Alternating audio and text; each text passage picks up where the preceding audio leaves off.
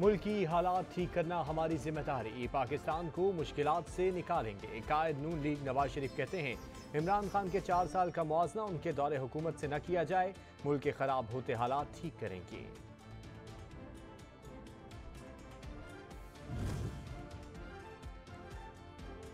वफाकी वजीर दाखिला राना सनाउल्लाह कहते हैं आइंदा इलेक्शन में नवाज शरीफ नून लीग की क़यादत करेंगे। मोटर और स्पोर्ट बड़े मियाँ साहब की ही है।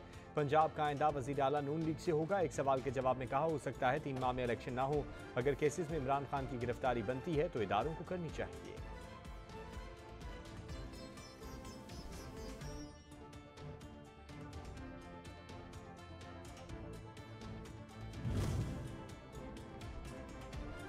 पंजाब के निगरान वजीर आला का तकर्रुर करने का मुश्किल मिशन, फैसले के लिए पार्लिमानी कमेटी कायम। पहला इजलास कल तलब कर लिया गया। हुकूमती इत्तेहाद की जानिब से अहमद नवाज सुखेरा, नवीद चीमा, अपोजिशन की जानिब से अहद चीमा और मोहसिन नकवी के नाम सामने आए हैं।